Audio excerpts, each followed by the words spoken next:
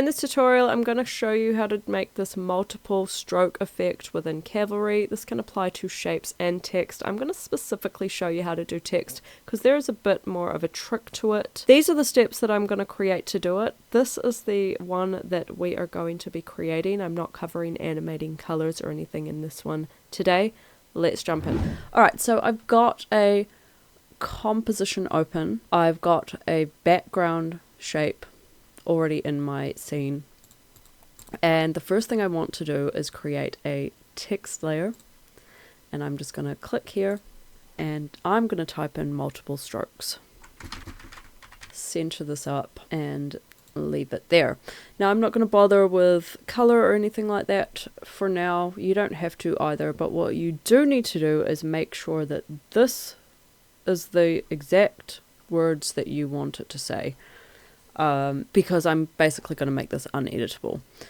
Right, I'm going to make sure it's selected, right click on my text and go to make editable. So you can see it's created a new layer here, and it's basically created a shape layer. I can no longer change the font or anything. So to set up the strokes, with my shape layer selected, I'm going to go to stroke, and I'm going to go all the way to the bottom and click on this plus sign and click stroke duplicator. And on my stroke duplicator, I'm not going to do anything for now, we will come back to it, but you can see I've got 3 strokes set up. So I'm going to set the colors up now. On this color, I'm going to right click and go add array and click color array. I'm going to just choose some crazy colors for this example, and I'm going to come back and change that as well. Because you can see I've got some colors, but there's only 1 stroke, even though we had the stroke count set to 3. So to create multiple, we're going to, with stroke duplicator selected, come down to width and right click and go add behavior and come down to stagger. On the stagger, I'm going to change the minimum to 30 and the maximum to 100. And we're going to alter these values later, but let's just set it up for now. Come onto the graph, and here I'm going to click flip horizontal. And now we have some semblance of, is that the word? Semblance of strokes. So let's go ahead and start adjusting the look. Now this is going to be a little bit, this is where the exact tutorial ends. This is where you're going to start making some decisions based on your own font.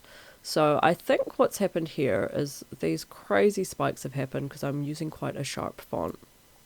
So I'm going to get rid of the mitre, and I'm also just going to make this round.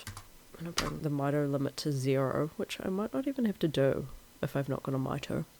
And you can see though that our original text has just been swamped with colour.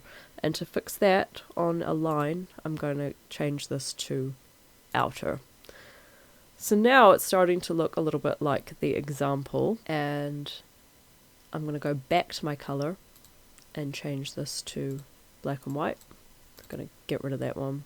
You can change your original, the main text colour, by just coming over to the fill tab on the text shape. I'm going to make it like a blue colour. That will do. And to adjust the amount and the thickness and all of that, I can come to stroke duplicator. I can start bringing this up depending on how many strokes I want.